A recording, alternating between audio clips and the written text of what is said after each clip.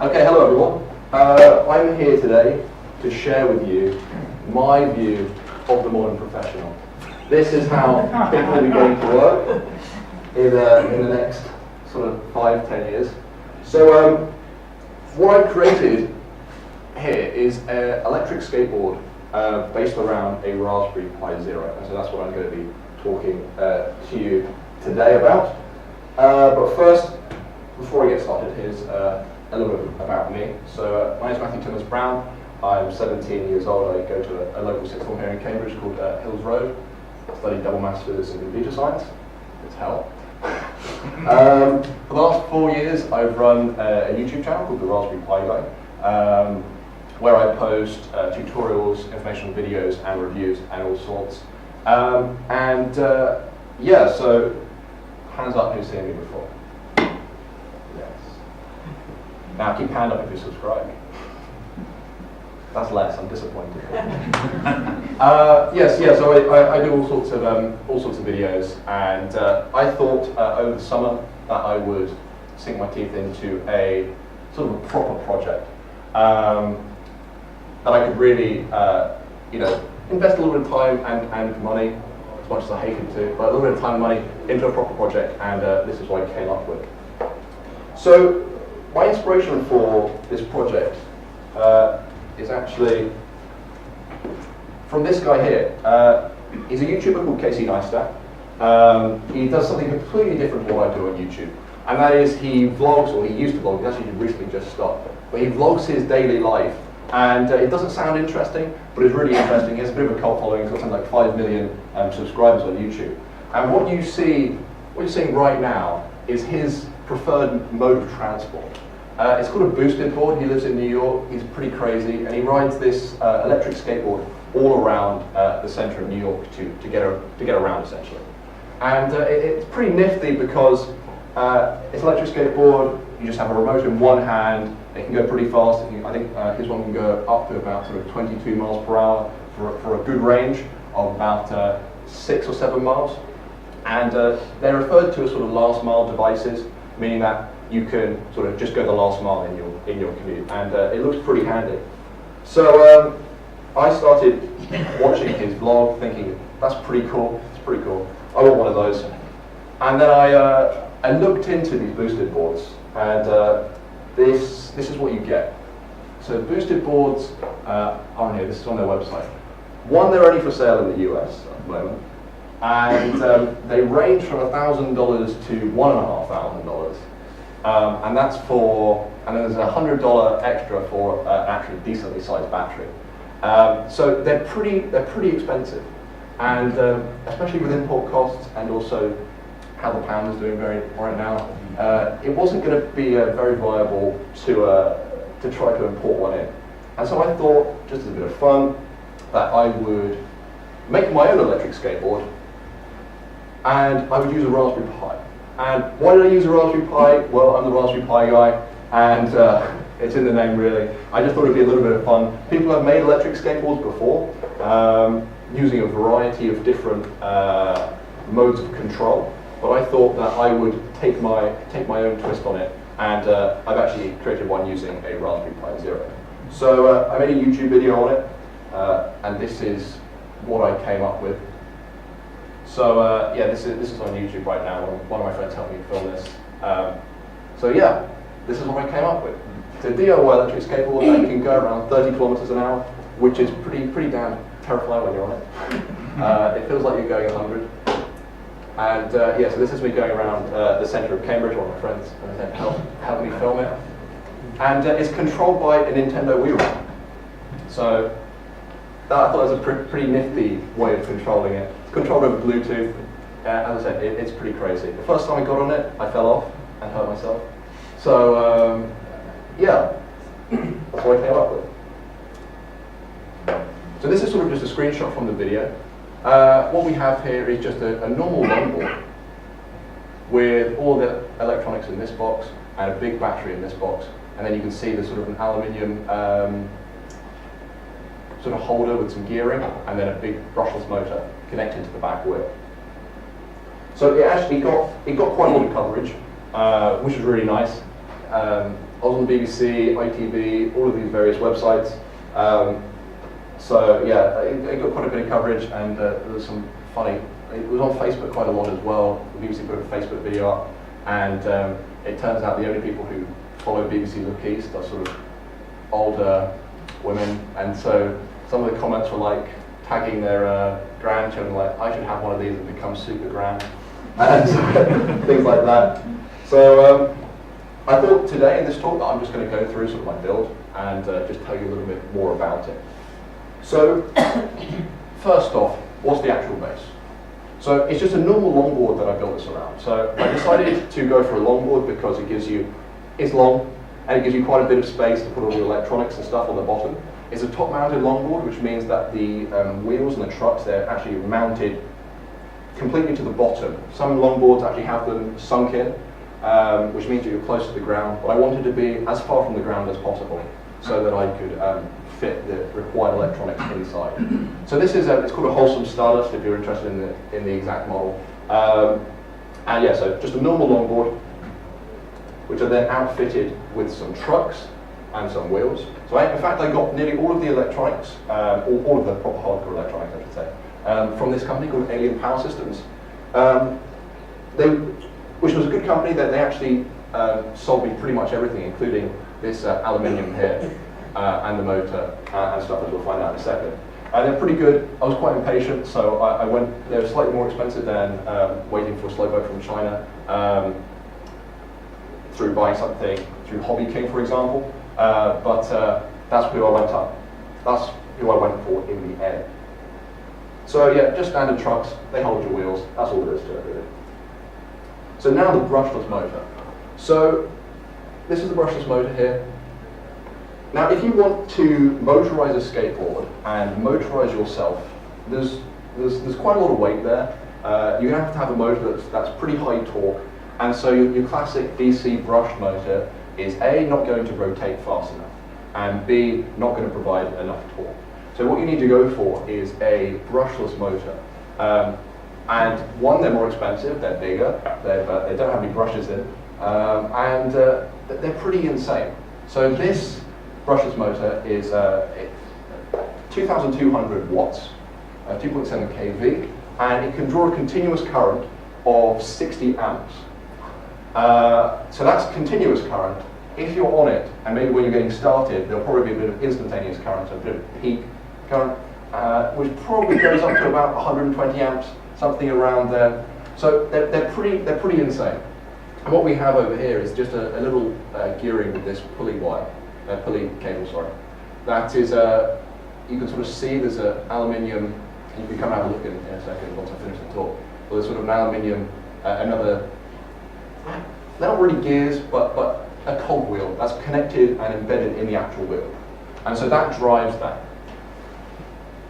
So pretty hardcore motors, and consequently you can't actually control them in the same way that you control, say, a DC motor on a Raspberry Pi. It's not as simple as grabbing a sort of a little motor controller from Pi Hut or somewhere like that. You have to have something that's pretty hardcore. But before I talk about that, I'll talk about the battery.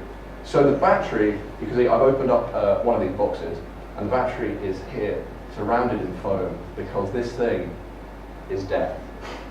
This is what you don't want to go wrong. So that's a lithium polymer battery.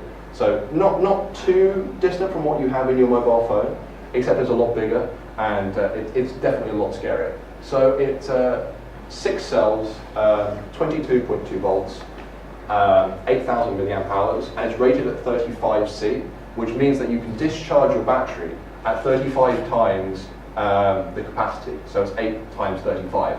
Which means that I could draw potentially 280 amps continuously from that battery. So that's why they're pretty scary, because if you short circuit a battery like that, then you're probably not going to be around for that much longer. You're going to have to jump off of it for sure. Yeah, you're going to wreck your entire project, because lipos, when they start to combust, they're not going to stop until nothing's left. So that's pretty terrifying. It's charged with a LiPo charger, which is sort of like this big blue aluminium charger that you have to sort of cautiously watch whilst it's charging, just to make sure that nothing's going wrong. So yeah, so that's the battery that's powering it. Now this is all of the electronics. So the battery's over here, and then it's fed into another box through these cables here, which are some nice thick cables. And this is what the build looks like in my video. This is sort of the neat basics build. I've added stuff to it since then. I'll talk about that in a second.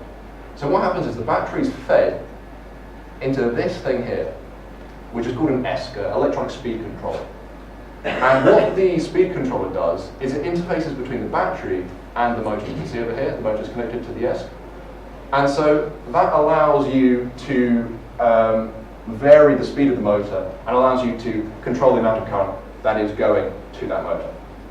And so consequently that ESC can deal with 120 amps worth of current for battery between 2 and 7 cells. And what it needs to control that ESC, so that ESC in itself, it doesn't actually control the motor, it needs a control signal. And that control signal is provided by everyone's favorite little 4-pound computer, the Raspberry Pi Zero, there. And so what that's doing is it's sending, it's a servo signal, it's a pulse-width modulated signal, directly into the electronic speed controller through this connection here. And essentially the Pi says to the speed controller, let X amount of current go through, let the motor go this fast, essentially.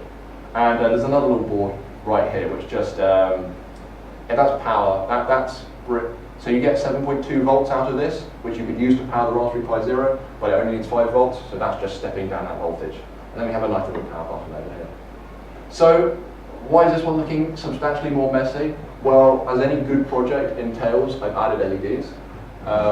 So it's got big banks of 26 neopixels on either side. And so consequently I decided to add a little Arduino Nano into that. I thought I could power the LED, I could control the LEDs from a Raspberry Pi Zero, but if I'm going to be on that skateboard and relying on that Pi Zero to work all the time, I kind of want it to be focusing on the motor control rather than the flashing patterns. So this is the remote. It's just a standard Nintendo Wii remote that I got for £15 off of eBay. And so what that does is when you power up the board, the Raspberry Pi Zero auto boots into the Python program, and it then has a Bluetooth dongle connected to the Pi Zero, which looks for this Wii remote. And it goes to the pairing connection, and then consequently you can control your skateboard from a Wii remote. And it's got surprisingly good range, like definitely more than 10 meters. So the controls that I've got are up and down. Will make you go, you press up, it will increase the speed of the motor, you press down, it will decrease the speed of the motor. You press B, it will kill the motor immediately, which doesn't make you stop, because brushless motors, when they are killed, they will just continue to roll with the amount of momentum that you have. So there's no brake, which means that if you want to get off of it quickly, you jump off of it. And then with the modifications, the A button now triggers the LEDs. So it's all coded in Python. There's about 100 lines of, the core code is about 100 lines of object-oriented Python, which just deals with the Wii remote handling, with the interface between the Pi Zero and the ESC. And yeah, it's actually quite a simple program when you break it down. There's a lot of arbitrary values like, oh, the speed controller wants this value then, and you just have to make it happy essentially. And so that's what all of the code deals with. It's all available on GitHub, so you can have a look at it. I've added a few other things as well, so the Arduino is programmed in some C++, but that's pretty much it. And yeah, so that's what the LEDs look like. So that's why you need LEDs in your project, because it looks that cool. I've been alerted though, the LEDs are going that way, whereas I'll be going that way, so it will make it look like I'm going slower. So I'll need to change that. But yeah, so 26 LEDs on either side. So that's just a cool modification that I did instead of studying. Now, improvements / comments I'm going to make. Well, one, you can come down and lift it up. It's really heavy. And that's not so much down to the battery and stuff. That's down to the fact that it's based around a longboard, which is just solid wood. And So it's rather heavy and incredibly impractical, which means that it's not going to be something that I'm going to be running around to school with every day. Also, I'll get ribbed about it from my friends. But yeah, it is definitely heavy. But as I said, there are certain trade-offs. Like I wanted that larger base so I can fit everything on the bottom of it. So future improvements. A company called SixFab, which is the IoT Shields company that Mike spoke about at the start. They actually sent me some of their prototype boards, and one of them is a GPS module. And so I've been trying to get that working on Apply Zero. And then I might add sort of a GPS into the skateboard. So potentially, once I've finished, it will have plotted where I've been and then send it to my phone or something like that. This is amazing. This is feature creep to the max. And so in the video, I also quote that it has about 10 kilometers of range. That quote was kind of like, yeah, that feels about right. It has definitely not been tested to its full capability. I haven't really ridden it to.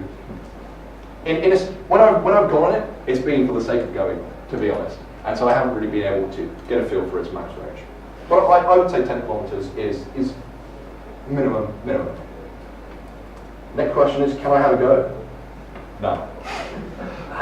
Unfortunately, I get two big questions with this skateboard. And number one is, can I have a go? And number two is, can you do a detailed build tutorial on it? So number one, it depends how well you persuade me about whether you can have a go. But I'm concerned with people's safety.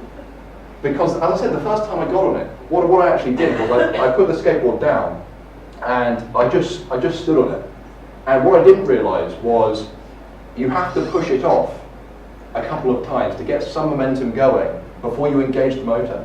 So what I would do, I'd just stand on it and I would just ramp up the speed of the motor until, of course, it had enough force to get me moving. By that time, it was probably going full speed, and I just face planted and broke my watch as well. So it is quite dangerous, and I don't want anyone to hurt themselves. And the only person other than me to have a go has been Evan Upton. When the BBC came round to film, they wanted to get Evan in on the shot as well, just because that's how the media works. They just love Evan. And he was like, "Okay, Matt, you've got to give me a go." So I was like, "Okay, Evan, okay. Here are the controls. Here are the controls. Like, press B if it's going too fast. We press B, etc., etc." And so we're in my village, which is Bartlow, and we're on the road. So it's like, there's a small strip of pavement outside my house, and I was like, well, just go up and down on the pavement. I go, no, I'll go in the road where there are cars. And I was incredibly concerned for his well-being. And the BBC would have had a very different scoop if he'd been hit by a car. So I have a few thank yous for this project. So mainly I have to thank Ryan Corteil, which is, I've heard is the correct way to pronounce his second name, and Rob Kopinski of the Cambridge Makespace. Those guys are some friends of mine, and you see Ryan's definitely around, Rob might be around later. But they are sort of maker extraordinaires. They were able to help me make the project, give me advice, and use some of Makespace's facilities. And there are various other people to thank as well, like Skateboard for giving me the longboard, Alien Power Systems for all the support that they gave, and yeah, that's pretty much it. So, there are all my details. I've been Matthew Timmons Brown. Any questions? So there I was at a security conference. Yes. And somebody stands up and says, "I'm the only person in the world to have an officially numbered security thing, I think called CVE. I'm the only person to have an official security vulnerability against a skateboard." Against the skateboard? Against the skateboard. It's a for real thing. So how do you avoid people hacking into your skateboard using the Bluetooth link and sending you flying, because that's the way they feel? Some arch nemesis of yours, perhaps. Well, that was definitely, I haven't thought about that. I think that the Bluetooth range, they'd have to be going as fast as me, probably, to maintain that Bluetooth range. How fast can you transmit something malicious over Bluetooth? Pretty fast. Pretty fast. No, you just wait.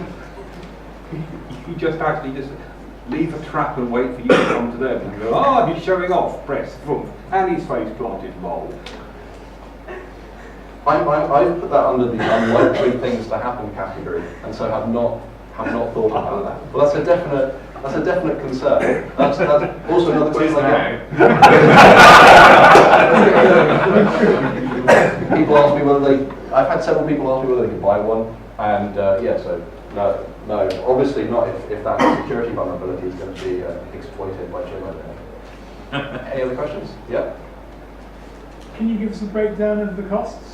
Yeah. This is another really great question.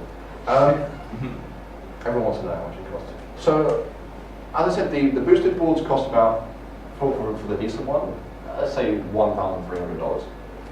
So let's say £1,250. So about £1,000. So my one, I decided that I had a bit of money saved up. I was going to splurge on it a little bit, and I was going to get, some of the best things. So the board itself that I'm using is quite an expensive one. So that in itself was €200. But do you want to know how much my one cost, or how much you could get a very similar board from if you did it? I want to know what your cost is. So my one cost, so the motor and all of this gearing, the battery and the speed controller, I bought all as part of the kit. That was £250 roundabout. Pi Zero, £4.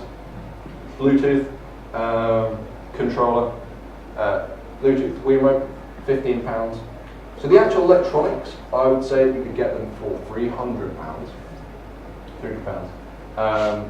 And the most surprising thing in terms of cost is that aluminium gearing, the thing that holds the motor there. Because I was talking to Brian and Rob, and I said, well, couldn't I just design some and then we could mill it out? And they said, well, if you design it, one, you're going to get it wrong, and you're going to waste a lot of aluminium during the process, and it's going to take you ages. So why don't you just have a look around the internet, see if anyone's making something like that?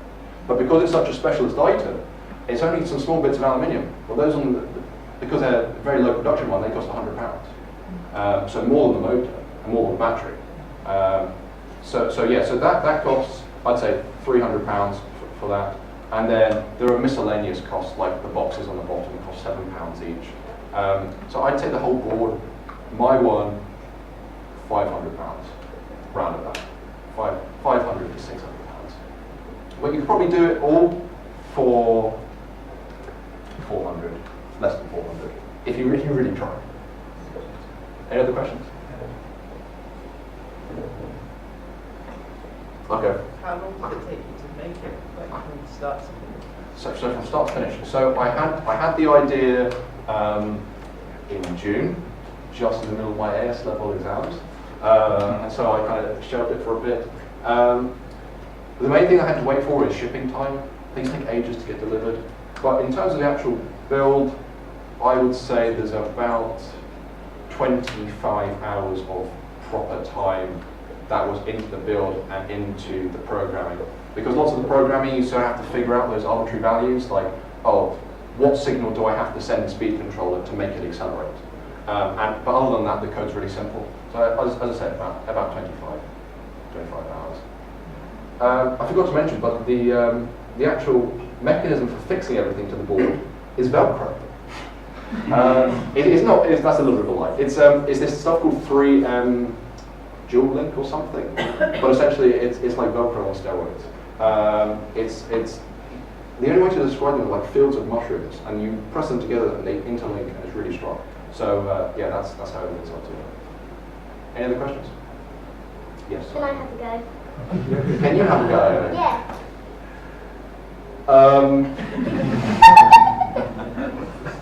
No. Ah. Because you'll hurt yourself, and we don't want to see you get injured.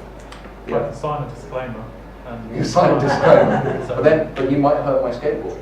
That's true. What's the weight capacity of it? Would you say roughly? I think there's pretty much. I'm quite heavy. I'm heavier, so I probably fall harder as well. So. You probably fall harder. Well, it gets me to, as I said, 30 kilometers an hour, which is about 18 miles per hour. So, especially if someone like Amy was on it, it'd probably be at like 100. So, I don't think there's any sensible weight capacity, really. Any other questions? How did you actually measure that? The speed? The speed. I use an app on my phone. I use an app on my phone. It just told me that I was going around at that speed. Yep. You have to shout. Sorry. Have you been able to get insurance? How Have you been able to get have you been able to get insurance? insurance? No. There's also something that I didn't foresee, which was you watch Casey Neistat and you see it flying around the streets of New York. It's all just lovely, and you just think, oh yeah, brilliant.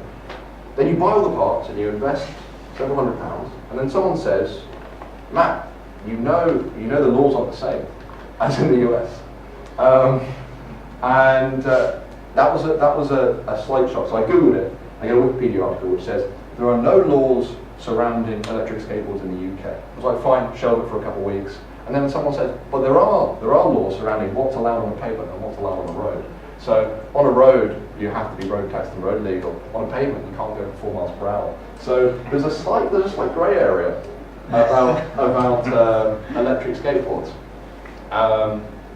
But it's fine. If a policeman comes past, you just like foot pump, and I bought everything by then. Any other questions? Yep. How's the hoverboard coming on? How's the hoverboard? What, do you mean a proper hoverboard, or one of those ones with 2 wheels that you can lean forwards on? Yeah, no, a proper Back to the Future. A proper Back to the Future. I think that's quite far off. At least it would solve your legal problems because you wouldn't be touching either the road or the pavement. That's a very good point. That's a very good point. Then you have to be aircraft legal, which is a whole other...